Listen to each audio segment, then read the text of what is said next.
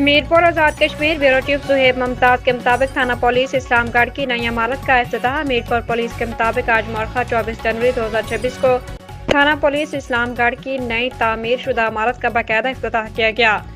افتتاحی تقریب میں مہمان خصوصی وزیر خزانہ آزاد حکومت ریاست جموں و کشمیر جناب چودھری قاسم مجید تھے۔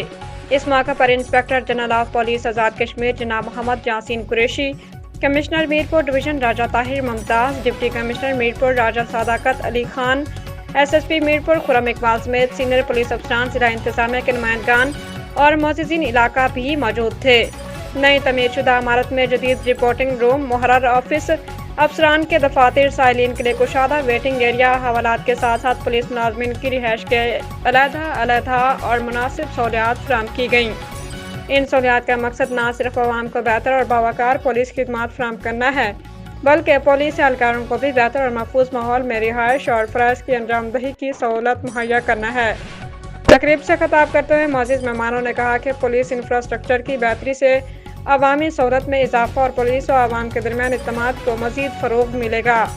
انہوں نے امن و امان کے قیام اور قانون کی بالادستی کے لیے میرپور پولیس کی کارکردگی کو سراہا۔